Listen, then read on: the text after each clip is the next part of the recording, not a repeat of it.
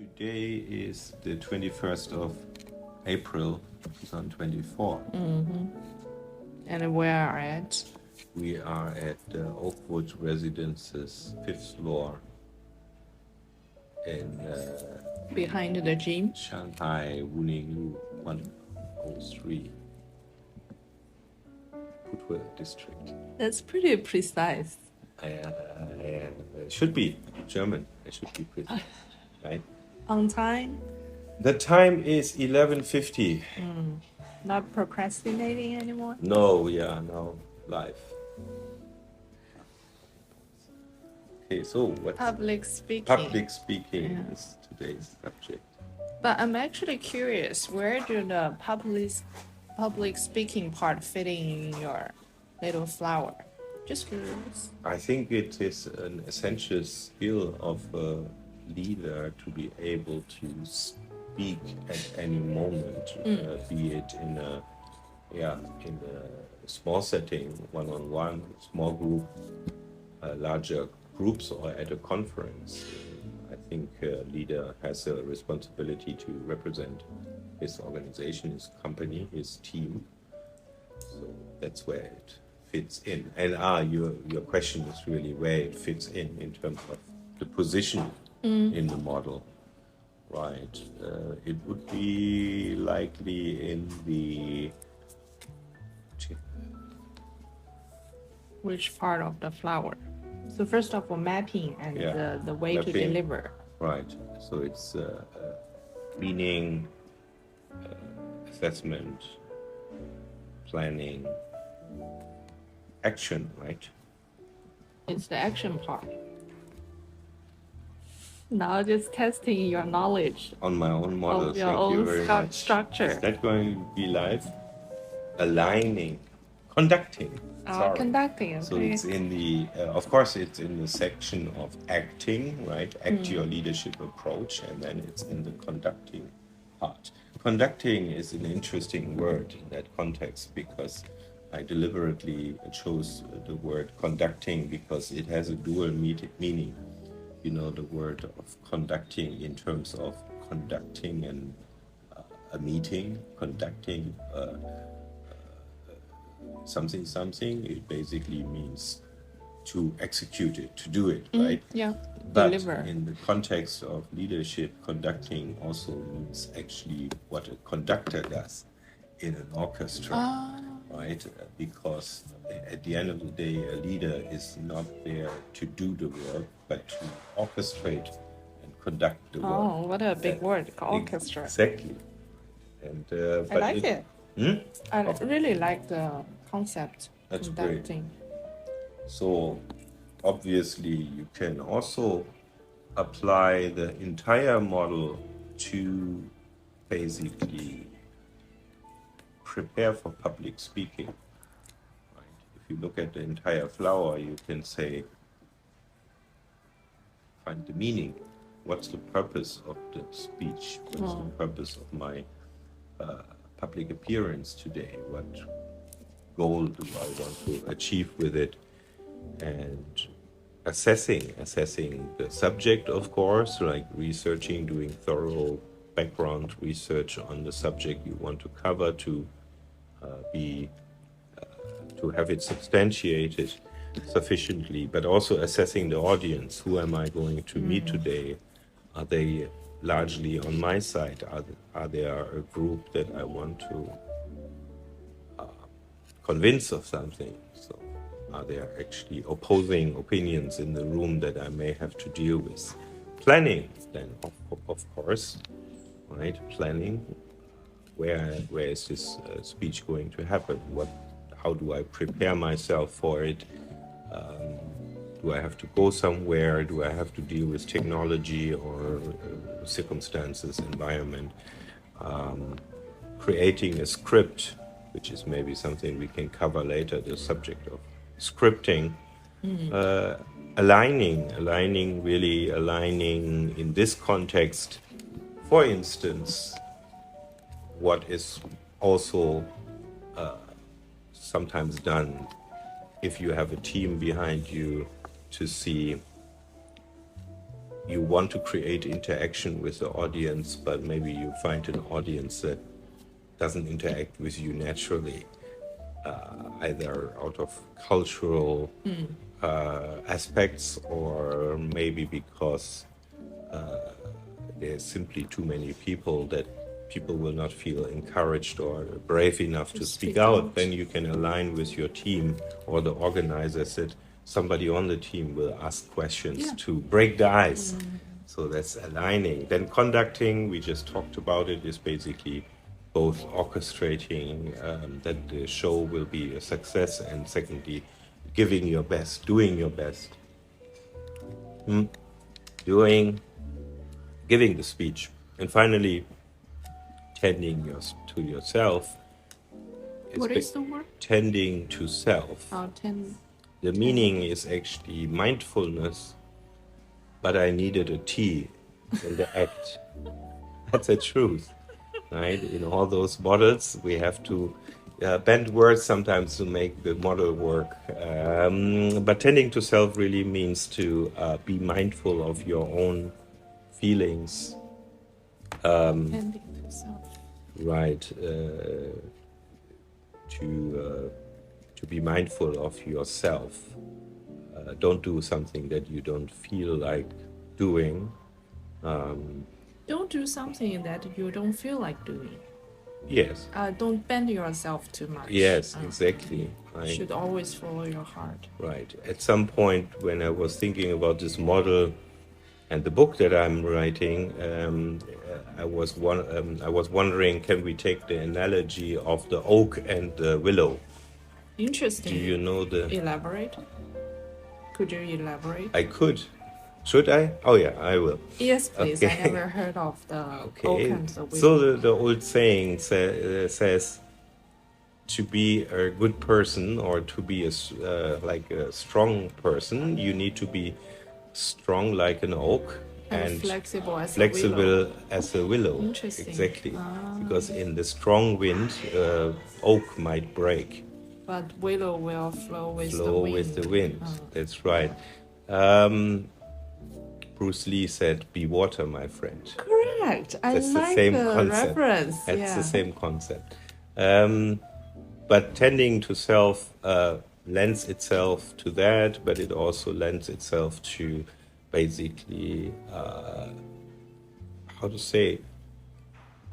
manage the stress that is coming to you from your leadership role, from your multiple responsibility as a family person, as a business person, as a public speaker, right? Because at the end of the day, you can perform best when you are at ease with yourself, right? So again, you can apply this flower of resilient leadership also to your public speaking. That's also such overwhelming amount of information unload. Do you think so? I generally think so. There's so many relating points. Relating points. And then you can actually, the whole point of cutting it into two main sections, which is mapping and acting, is really to bring it down to, really these two major points that we have to take care of. That is, everything we do, we should plan appropriately for our own sake and for the sake of those that basically benefit from our contributions, and we should then act according to the plan. And there are so many cycles in leadership philosophy, leadership concepts, cycles. The flower is for me also in a way a cycle because it's a continuous being, right? All the petals are flowing around the core. Or it grows from a seed. Well, and then grow up and blossom and wither, and then die out and then grow again. Yes, next but spring. You are right. But exactly. Now you mentioned it, so it's really a perpetual perpetual process behind it. Um, it's an interesting concept you brought in, whether there is an undoing of the leader and then a reinvention. I don't want to go there yet. In that sense, it's still under development. But one thing is that I found, actually in hindsight, developing the model, is the flower also needs a fertile ground on which it can grow healthily. So that's most likely going to be a future addition to the concept. It's like the environment, the organization, the company, what fertile ground. I was literally thinking in the last few days, based on recent or older experiences, there can be toxic, poisonous foundations on which a flower will not grow, or at least it will not flourish. And there can be healthy and very nurturing foundations on which good leadership can actually grow and flourish. So that's probably going to be my book number 2. Let's see. It's already a sequel. Right. Do you want to talk about public speaking? Yes, we want to talk about. Thank you for the introduction. And oh, this was the introduction. It's only the warm-up part. Okay. So I prepared so many questions. The first one, I think you're talking about the more structure and logistics side of your entire like leadership models, as you put it. But in terms of one's feelings, when we individual speakers step on the stage or going to speak in front of a large group of people, how do you conquer the fear? Like, I think for newcomers or somebody who's new to this sort of situation, like myself would be very anxious, nervous, and uncomfortable of stepping up in front of a group of people, large audience. Okay. So how would you handle it? And Okay. what would be your recommendation? And how you see those old saying that's just imagine them naked? That okay. I heard that's useless, right? Okay, right. Maybe let me ask you a question first. When you mentioned a feeling of fear or anxiety when you approach the stage, can you describe it, where it comes from, or is it irrational? My personal diagnosis, I'm afraid that people may judge me to a negative place, right? Okay. They judge me whatever. Right. Is That could be one reason. And I want to do a good job. I want to look good, confident, and competent on the stage. right? Yeah, I think that's But one it's of a the fear reasons. that you won't do that, right? Well, Yeah, well, okay, yeah. Obviously, many people are having this reaction, and I'm asking you whether that is a conscious fear that you literally think about the negative outcome, like that the people will, how to say, not take you serious, or not, or judge you based on your appearance and the way you speak, or is it a subconscious feeling? Because Subconscious. if I self-reflect on my own earlier, like we are talking about 20 years earlier, when you first times, when I doing first do public speaking, I always found it complicated that I couldn't pinpoint the reasons for my anxiety, and I just noticed that, let's say it this way, I have a natural high confidence going into public speaking. Like, I tell myself I can do that, but when I then approach the stage, let's say any given number from between 6 to 50 people or more, I feel like suddenly my mouth starts to become extremely dry, and to the level that I become dysfunctional. My voice, my mouth becomes dysfunctional, and I have to say, at those days, it's really a subconscious feeling. That means I couldn't describe what was it that made me Mouse dry. my mouth dry. Exactly. It's sympathetic nerve system. Right. So you did some research behind it. What does it do then? I need to do more research. You need to do more research, right?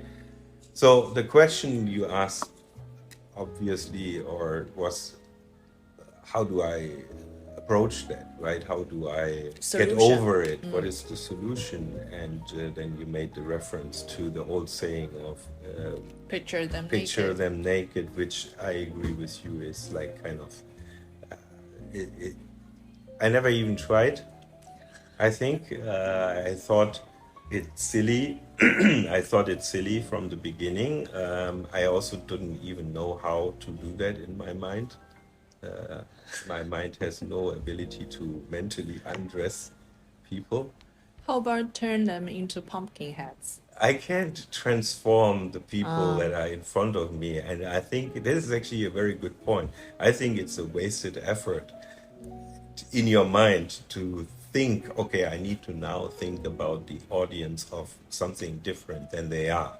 That actually brings us to the first conclusion. I think I need to take the audience the way they are, right? Not trying to make them suddenly look like carrot sticks, people in bikinis or something like that, but really, okay, those are the people that I'm now addressing, and I rather deal with them. The second part is, I think this is very much, so I sometimes may talk in general terms, so but I've tried to talk more from my own. I don't know whether other great speakers are thinking in the same way, but for me personally, I put probably 95% of my intention on the subject, on the content. I think I mentioned to you in our preparation talk that by maybe a while ago, I found by self-reflecting on recent speeches that maybe I actually put too much emphasis on the subject matter, on the subject, on the topic. What does it mean? It means I forget about the people in the room. So now, coming from imagining them dressed differently than they are, imagining them as pumpkins in the room, which I reject as a solution, we come to an intermediate solution of myself that is, they are invisible. They are not there. You ignore them. Correct. It's like sounds like it comes down to where you put your attention. You either put your attention on the subject yourself, or reflect on the audience, the reaction of the audience. Right. That's a very new angle to me. Yes. So maybe I should just focus on what I'm talking about rather than to absorb and react on the audience reflection, which could be numerous because there are so many people in the audience. You can never deal with each and all of them. And that is for sure. So let me give you a couple of examples or the reasons why I believe this is a good first step, that you really focus primarily on the content. Seem to have some problem with this word today. Content? Yeah, subject, content, subject matter, never mind. Cut it out or leave it in, we will see. So I had a bit of a revelation. I never thought that I was a bad speaker. For example, in my 10 years of Siemens, I made so many speeches, internal presentations, state of the firm addresses, where generally, I think the reception was positive, but particularly in the time 2000, about 17 to 19, I was really boosted in my self-confidence by basically two types. One, I was invited by a fraternity in Beijing to give a speech on my take of the Chinese economy and the German-Chinese relationship at the time. And that was the first time ever in my life that I chose to script my speech. I used to believe that scripting my speech, I think I'm jumping way ahead. Yes. Which is good, giving you challenge, but it fits to the topic. So I refused to script for a long time, because I always thought if I'm scripting my speech, it will make me unnatural. Because the way we write is different from the way we speak, right? Correct. The greatest of all speakers, I think they can write the way they speak. That's a skill I still want to learn or want to master in the future. Write the way you speak. Yeah, like should be you watch a movie, straightforward. when you see a great Hollywood movie, right?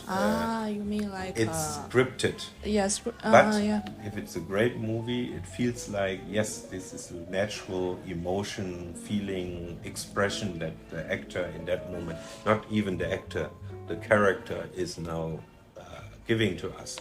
But the layman, the everyday man, will write in a different way than he speaks. Right?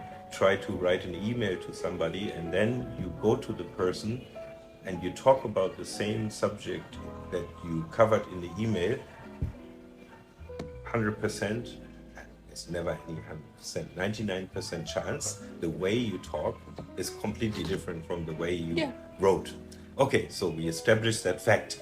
So I always thought, if I script a speech, I will sound unnatural. But this speech, which was very well received by the audience, showed me that even you are scripted, and I had this scripted, I tried to write a script a bit more like, okay, how would I say that when I talk with people, right? So I did a little bit tweaking on my text, but I also found that while I was looking at my script, I was actually speaking with my own voice, with my own speaking style. So I wasn't literally reading to the audience. And anyway, the result was really great. Even though in my nervosity, I skipped an entire paragraph. You forgot. I forgot it was there, right? So still can improve on that, right? Who says I'm a master? But the result of the entire speech was really successful. And then that's one thing. The second part is, in my company at the time, 2017 to 2019, we managing directors had to regularly report on our position in the market, our potential with the customer, and future outlook, right? And you look at my LinkedIn profile, what I did from 2017 to 19, then you will find out in a very, not aggressive is the wrong way to say it, in a very tough environment of an audience of managing directors in the firm, in a structure where you actually have 4 levels of managing directors. So even though you could say I'm among a group of peers, I was among the lowest rank in the peer group, right? Level 4, still in the room is level 3 to 1. So a very tough audience, an audience which will basically pick you apart in every point. And my method of preventing to be picked apart are 3 things. Be very well prepared with your material, including well designed, so that some nitty-gritty or nitpicky audience will not say, oh, the headline is not aligned with the other headline, right? Avoid these things. Secondly, be very confident about what you want to present, and we can actually talk about confidence in another podcast in the future. There's a whole new box of a can of worms or something like that. Box of worm. Can of worms. Oh, can of worms. Or Pandora's box. Pandora's box. I was just mixing up. You're doing a portmanteau. I have no clue what that is. It's a combination of two concepts or okay. word. Yeah. Like a brunch. It's portmanteau. Big Breakfast and lunch. Ménage. Ménage? Mariage. Yeah. That one too. That's French. Yes, right. Interesting. We just jumped to linguistics. So I had to be very confident about. What you're going to speak. Yeah, let's just keep that for the future. Confidence, Yeah. right? And then thirdly, 100% focus on the topic, like I mentioned before. You like put your 100%. attention on the topic rather than And audience. and why I am citing this as an example is because in this tough environment, I got particularly high praise for my presentations. Everybody's saying, "Oh, Michael, Yeah, did you that do a really great great. job." You did a great job." And it also prevented me from getting put on the spot, taken apart, basically on my plans, right? In a high-powered, high-competitive consulting company that was. There's any chance that you will be totally picked apart. Anyway, coming back to the topic, so these two, being well scripted, plus taking these 3 steps, what did I say? Well, prepare, confidence, and focus 100% on the topic. I am really believe these are very good advices I can give. Right. So, but as you said, to be well scripted before your speech, it's more like giving you reference point rather than just read it out from the speech. I think this is almost, I would say, maybe I haven't done any research on that myself. Maybe there are some recommendations that can be found. But I think, to be honest, I believe in the difference between different people in the way we process information. So I would say you will need to find your own way in a way. There is any kind of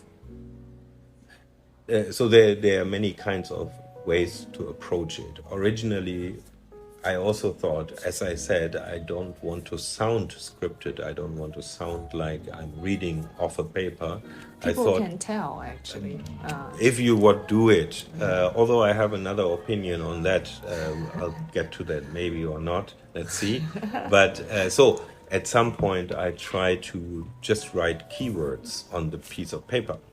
But then I was afraid that I might come to the point where I see a keyword and I don't know what it was about. So it might create a roadblock for me. So there's this ominous word, Pandora's box. Oh man, what did I want to talk about? A can of worms. Yeah, there's a can of worms opening up right there. Then writing full sentences. The full sentences have the limitation that can your brain quickly enough process pick the information you want to deliver. Right. Then there is a hybrid method. You have the full sentence, but you highlight with a yellow marker those keywords. We really come down to details now. Yeah, exactly. Like I said, I think find your own words. Find your own ways. And what did I just want to say in addition to that? About the reading. Reading out from your script? People always can tell. I haven't tried it yet. because I prefer to have an interaction with the audience. I haven't tried it out, but I have observed occasionally speeches and presentations where the presenter actually literally Read it read from off the paper, and it can work. It doesn't. I don't think so. We recently hold a value workshop. A value workshop. A value to Right. deliver Merlin's core value, Right. and one of our speaker just I won't give the name, but one of just standing on the stage, put on his glasses and start reading from a piece of paper just on the stage like Okay. that. All right. Everybody almost fall into Did he sleep. ever look up, or did he ever like? What do you mean by look up? Oh, look up into the audience. This is relates to the attention allocation. I don't think he allocate any attention to the audience. Yeah, okay. Because I or think he doesn't care. Because I think there is a bad way and there is a good way. I think it is possible to read off a script or read off a paper if you then make appropriate breaks and like Make focus eye on the contact? make eye contact, focus on the audience, and you also make it active. So you're not standing there looking stale on your paper. And one thing of reading of a paper, I think what is the danger of reading of a paper is that you become monotonous. You have a monotone. That's a tone he uses. Yes. Okay. So that he fell into all kind of traps. Yes. So that Red is a bad flags. example, and every bad example is a good example because we can learn from how not to do it. My point is, if you can do it lively enough, interacting with the audience, taking appropriate breaks during the speech, putting the paper aside sometimes to show that you're still there with the team, with the group, not just like in a random other place, a statue or with a voice attached, then I think it can work. I was just reading yesterday my book that I'm reading these days from Christopher Clark, and it spoke about Georg Friedrich. It's German, cannot pronounce. You need to cut that because I deliberately put this there so that I can see his name, and then you take it away. Georg Wilhelm Friedrich Hegel. People who Hegel, I can pronounce. Hegel, yeah. People who Hegel. That's the translation. German philosopher and university teacher in the Prussian kingdom in the 19th century, and I was just because Hegel and Hegelianism became a thing, a political drive. At the same time when Marx and Engels started to talk about socialism and communism. And why I'm talking about Hegel is that Hegel's philosophy electrified the intellectual circles of liberal Germany or liberal Prussia in 1840, while he, as a university lecturer, was apparently the worst. It was actually exactly like the guy that you just mentioned. He was basically hunched over, never made contact with his students, was barely audible, couldn't be listened to. Okay. But his idea prevails. The analogy is a little bit stretching because at the end of the day, what made him a great man were the ideas, plus his writing style was extremely good, right? Expressive introvert. Yeah. Expressive introvert. Let's research that later. That was last night, 11 p.m. that I read about that. All right. But still, it's after all, the public speaking skill is just a manifestation. It's just a formality. What is important is the context. Is the content. Yeah, exactly. But that comes It's back. a tool. That comes again back to the point that you need to find your own style. So don't. I mean, listen to me, but don't listen to you. What are we myself. doing? Anyway, to tendering to yourself. You taking a break? No break. I'll cut all the break out. I need a break. You mentioned about the group of audience that actually make a difference to you. Like, if relates back to our earlier discussion where you put your attention. Mm-hmm. So if it is a group of 100 people, you probably fully focused on the speech itself. But in a smaller group, among 3 or 4 people, you will give them more attention, which may compromise your public speaking actuals. You want to... okay, this is an interesting question. So I think we can compare different types of speeches. For example, if you look at a TED talk, whether there are 50 or 100, 200 people, or even just 20, a TED talk is not a dialogue. No, right? It's a one-way. It's a talk. It's a one-way communication, which actually makes TED Talks quite challenging, because challenging. Let's say it this way. Maybe it depends on your personality. For me, as a consultant and trainer, I like interaction. I actually feed off the interaction. You give me feedback, then I will put it into the next points that I want to bring. Whereas at the TED Talk, you start with your own story and you finish with your own story, and during that time you have to inspire the people in a certain way that you want them to inspire. So my point is, it doesn't really matter whether it's 6 people or 10 or 100 or 1,000. It depends on what you want to do with your speech. Another great example where I always say to people, if you want to know how to make if you want to learn how to make a very great interactive lecture, look up the videos by William Ury, Bill Ury, the author of Getting to Yes, a lecture he gave at Harvard Law School. It dates a bit back. 10 years, more than 10 years. We can only guess how large the audience is because the camera focuses only on him. But it's an auditorium in the Harvard Law School. Let's assume there are probably anywhere between 40 to 60 people.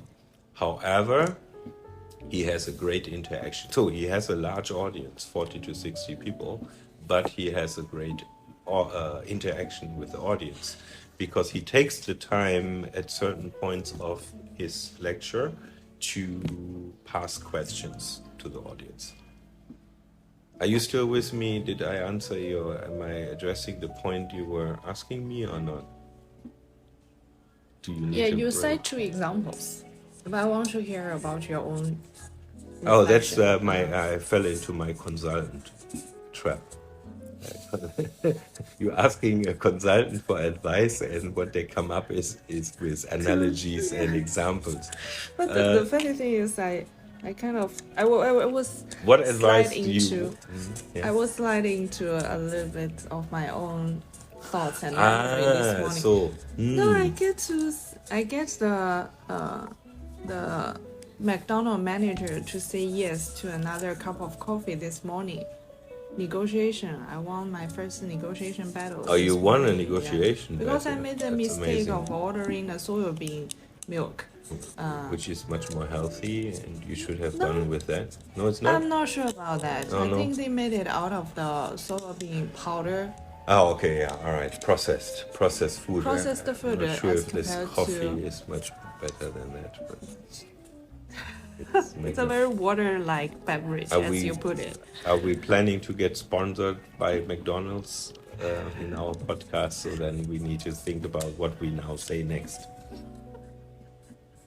If anything, but you I'm won a supposing negotiation with the salesperson at a Correct. McDonald's store, And so it's a it's a useful their service. philosophy. They made you win, and now you feel like you won a negotiation, and you tell everybody about it. No, using William Urey's Yes. idea of getting to Yes. to win the negotiation, which is referred to and recommended by you. Exactly. Yeah. Right. So and then back to I still Yeah. cleaning on the point, which is What and was the point? you also mentioned about you are very good at one-on-one because you feed on their feedbacks. Right. Exactly.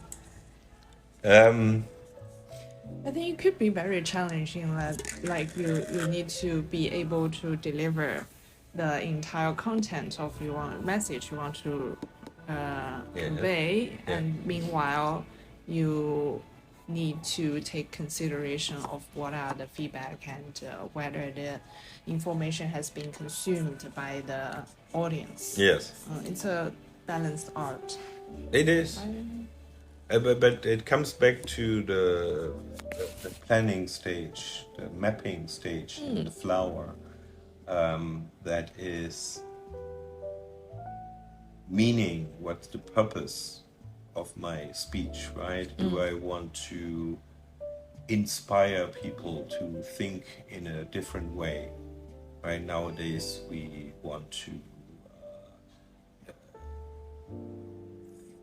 inspire people to be tolerant, inspire them to be more Patient. socially aware, environmentally aware, and so on and so on. So that's the inspiration, inspiring.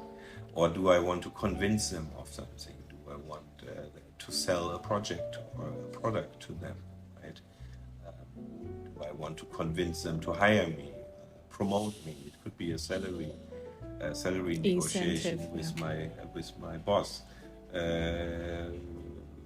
Do I want to just have an open debate because I want to learn from others? So the meaning is all about what do I actually want to achieve with this whole thing.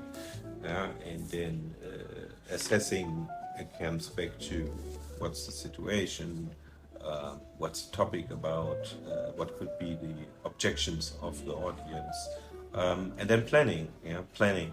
And then we come to that point where there are instances where I can control the flow of the show. That means I can choose to make it interactive or not. Or there are places where I cannot. TED Talk, we talk about it, is per se a speech. I have no ability to make the interaction with the audience. So if I have these confines, I need to prepare accordingly. Some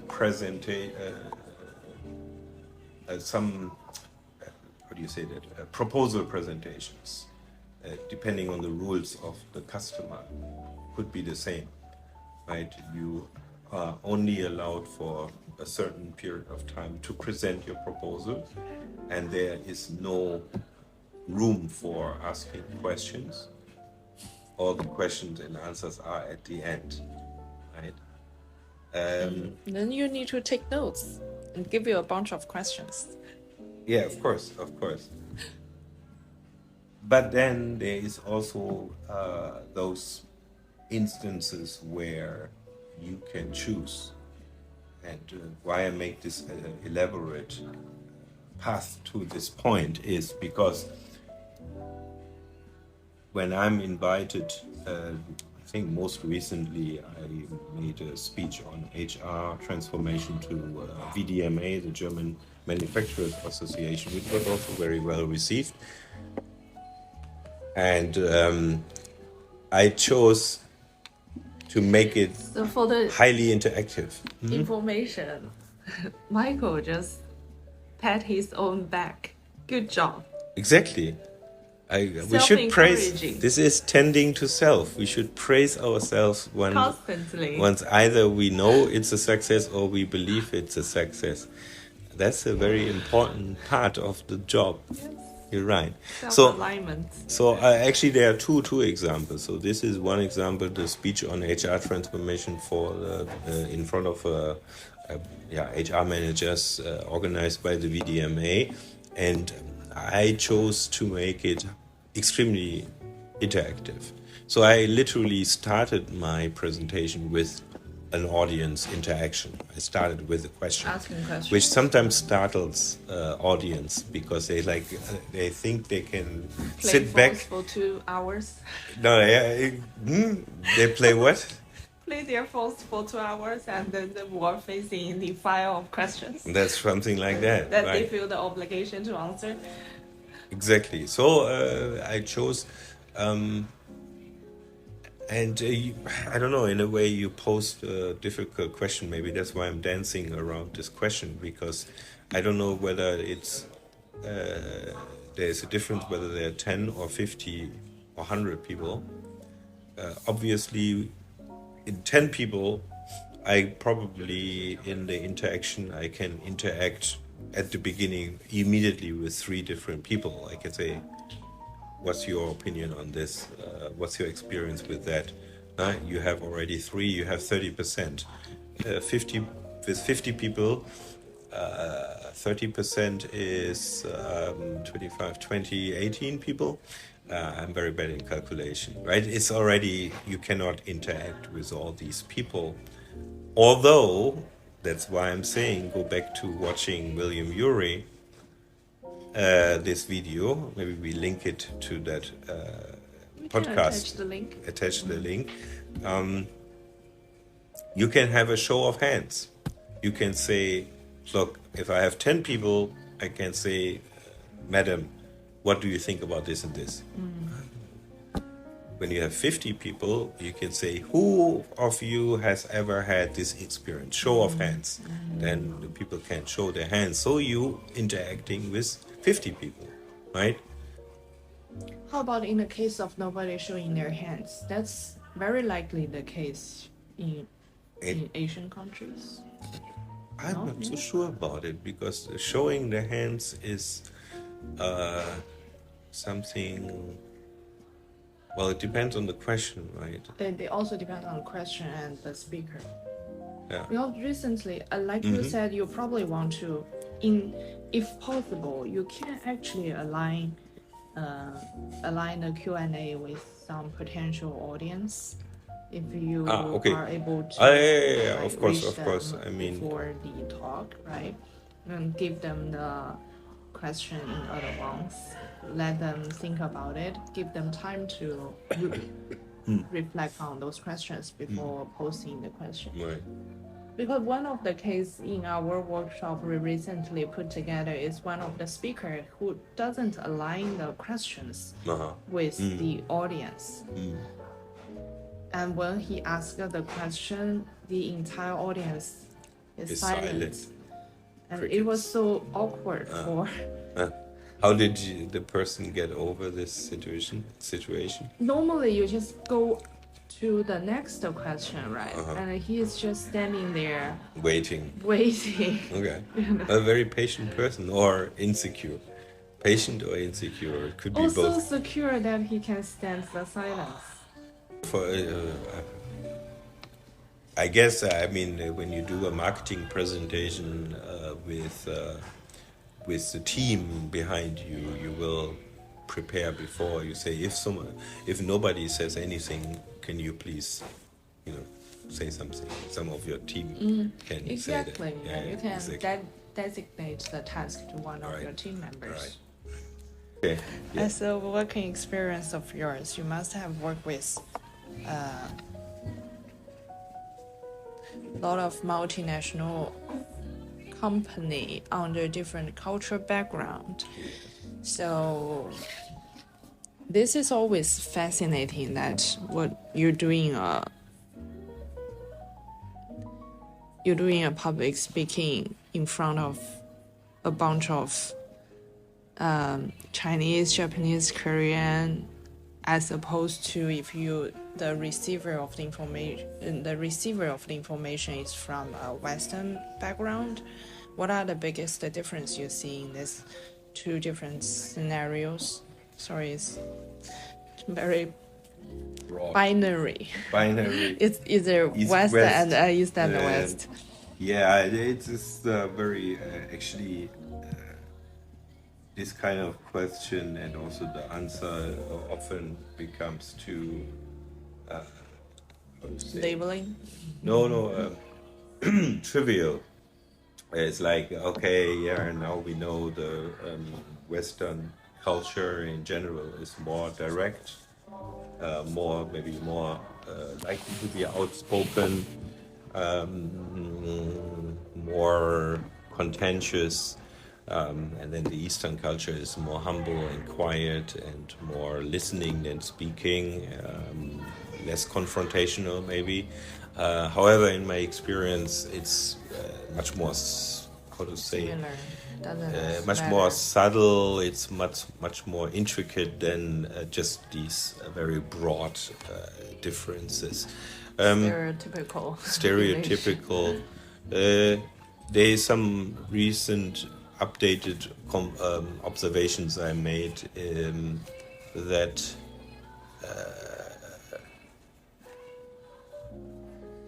for example, nowadays I need to cut my pauses out because I need to sort my thoughts on that. It's really a very we can go back to recording. To me, this is a much more complex subject than one would possibly imagine. I have, for example, earlier this year, I had a strategy workshop with a German company that involved exactly people that you just mentioned. Korean. We had Korean. We had Korean, we had Indian, we had Chinese, and we had German in the audience. And that already showed that you cannot combine Asia as a group just by that, because the differences between these three Asian countries, were quite profound. In the way where, for example, you would say, perhaps you might believe that the Indian are more outspoken, opinionated, and the Chinese would be more on the deliberating and waiting position, and the Korean would be the quietest of the group. The Indian and the Chinese were very interesting because actually, and that came back to me very much more based on the company culture rather than the country culture. Also, yeah. The Chinese group was very confident and very interactive, delightfully strong. It also, in hindsight, or no, not even hindsight, I was prepared by the manager of this group. The Chinese were the furthest advanced in the corporate development, in their position. So I was dealing with their research and development department in the whole. And as it goes to the research and development in their world setup, the Chinese were among the furthest advanced. That means also their confidence in speaking about customer problems, technology advances, and their own personal, or let's say their organizational ideas were most advanced. Let's talk about the Korean a step later. The interesting thing, I do not have a very deep, profound experience working with Indian. I have worked with Indian for 20-something years, but always sporadically. So it's difficult to base. If we now talk about cultural differences, we are going into the realm of stigmatism, even prejudice, if you have one interaction with one cultural group in one time in 10 years and then you draw a conclusion from it, that's called yes, exactly. But what I found very interesting in this context was that while in terms of contributing to the topic, the Indian were very interactive, as you might expect. In terms of giving feedback, they were very reserved in the way that, let's say this way, when I collected feedback at the end of the 3-day You mean feedback workshop, of your ratings? feedback on how they observed the workshop, how did they think the workshop went, and how was I doing as a facilitator. At the very end, when I collected the feedback, we collected feedback day by day, but only on the last day, one of their feedback was that they found my feedback to them, to one of their group work, that they found that a bit, I forgot what words they were using, but they, let's say Positive just or bluntly, negative, they were a little bit usually. offended by my feedback. And They were offended by your feedback. yeah, exactly, to one of the group outcomes. And what I found interesting is that I would have thought, and this is where the problem of cultural understanding comes into play, I would have thought that in that moment when I gave them the feedback and they found that offensive, as being a more outspoken culture, they might have said, okay, Michael, we don't accept that, or we don't understand. But they didn't. They kept that for themselves. And then Reflected at the very end of the workshop, no, not even on paper, in words, but at the very end, when I already cannot change anything about it anymore. This is something I would have attributed maybe to the Chinese or Japanese or that's very Korean our culture. style. So that was, and it brings me back. So even having worked in Asia for 24 years, I'm still making mistakes with, believing what to expect. Right? You're still learning. Every Yeah. day it's a learning curve. Yeah. The other thing is about the Korean group. They fell very much into what we perhaps think about them, like stereotypical thought on that. So in a group setting, it would be rather quiet. Huh? Like us. Yeah, but you not. I mean, that is that that is a special case. complexity. Which add the beauty to it. I think anyway.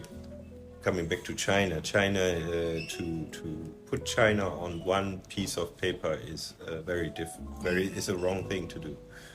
You have the China of Shanghai, you have the China of Beijing, you have the China of Guangzhou, Shenzhen. You have 56 minority groups. Correct, exactly. Yeah, and then you have Chengdu, Chongqing, and you have lesser cities, lesser in size. Okay. Or economic importance, smaller, yes. So, how to say, however, that would confuse the audience more than it helps. It confuses me, for sure. The key message is don't overthink that thing. That would be the first key thing, right? However, on a broader stroke, my personal experience is, for example, giving training to European groups, maybe particularly German-speaking groups or Dutch-speaking groups. You need to be aware, or you need to be prepared that the willingness, the openness to give critical feedback, critical in terms of disagreement, outright disagreement to you in front of the whole audience, is likely higher than in Asia. So if you are an Asian person giving a speech to a Western European group, you might, if you're not well prepared, put on the spot by negative feedback, negative in a sense of disagreement. So then that could derail you. So you need to prepare. I sometimes like to quip. Now this is a bit tricky saying that, and people might get offended if they listen to the podcast. But we talk openly about things that might be out there. I always think so, and I think other trainers agree with me that in a group of North European or North European, Central European and North European, there's always at least one person who is against you. As you put it, as their sport. It feels like it's a sport. Sport for them, yeah. So you can run away and cry in the corner, or you can just man up or woman up to deal with it, right? So let's say this way: this is, I guess, a better mental preparation than saying, "Oh, now I have a bunch of people from Asia and a bunch of people from North America and from Europe. Now, how do I deal with them individually?" It's rather what could be the eventual situation. One eventual situation you talked early on. What about you ask a question and nobody answers anything? So one way is you you prepare. You prepare somebody in the audience that will give you a actress or actor. Exactly, an actor, actress. Or you use a different method, like a secret voting. You can use tools like Mentimeter. We are talking about solutions. Doesn't matter. Where you can use a tool where people can scan a QR code and give anonymous. You can create a word cloud in the back of your presentation, right? Because Asian may be more inclined to interact if it's anonymous, right? Yeah. Then if you have a European group, you don't face these issues so much. It's very unlikely that there will be no questions, although it's possible. You never know, right? But then you want to deal with the point that there may be really opposition to you, outright opposition, which Asian may find that rude. Pros and cons. But in the European context, that's not rude. It's considered debate, right? Now, North American are a mixed bag in that sense, I guess. In general, I always find North American, be it USA or Canada, be in general more kind. They would also pose the contentious point, just like the European, but maybe with a bit more polite way. In a more polite way, right? That's a very political correct thing to do, right? You do want to give out your own voice. Perception. It's a that's culture. My perception. It's a culture thing. I never even think about it. Culture thing. It's a culture thing. It's a culture thing. So you're talking. One of the definitions of culture is how a group of people interacts to solve problems, right? And Asia solves problems not by confrontation, first and foremost, but by behind-the-scenes influencing. Europe solves problems by confrontation. Maybe that's why all the world wars originate from Europe. Okay, let's not go there just yet. And North America solves problems by speaking it out in a polite way, right? Now, don't mix it up with the political debates we have now with the Republican and Democratic. That's a different animal. Political debate anyway is a different animal, right? Not that you get mixed up with this politics right now. So I think it's good to pre-think, but not to overthink. Oh, it's so fascinating. The Thank cultural you. part. Yeah, is it? Right. It is. Okay. It's very. I find it very inspiring, exhilarating. I would find it boring to do it in one cultural context only. That's why I chose the place that I am in the job that I am doing, right? That's why you like the girl named start with a Z from the Doom, from the. I don't even know her cultural background. She's a mix, for From sure. Racial wise. Google that later. Okay, what else do you want to cover? I think we covered. And about your book, you actually lay out the structure of your model, which is gonna be the main part of your book that you're gonna elaborate from. Right. You talk about structure of the book. How about and the style you're gonna structure your book? It's gonna be a typical textbook style, or cite those structures case by case? So Have you figured that out? So on this point, I am at the point where I still have to quote Pablo Picasso. So pieces, put them together. No, did I share that with you about Pablo Picasso?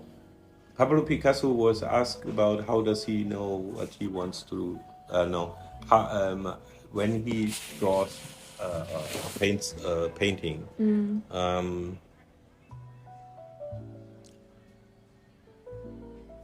I don't know the question. I need to cut this out. Try to make it more. Pablo Picasso basically said, how do I know what my painting will be looking when I didn't even start yet? That's your answer. That's a great answer. Exactly. No. So at this moment, I am still ruminating. The structure and let's say it this way. The objective, the background, the basic structure of the contents are all there, but the style of the writing I'm still thinking about. And it might be like a tree that it grows from the root and like the stem, but more than a flower, it will create branches and twigs, and some branches may be cut off again or fall off. So sad. And then the flourishing areas that will bring fruit, that they will be emphasized. I still really like the Pablo Picasso reference. Me too. Sounds so smart. Right. Which also, maybe in closing on the presentation part or public speaking part, it's interesting when you really reflect on what Pablo Picasso said there. It's kind of similar when the sculpture was asked how he has the ability to create an elephant out of, or the sculpture out of the block of marble.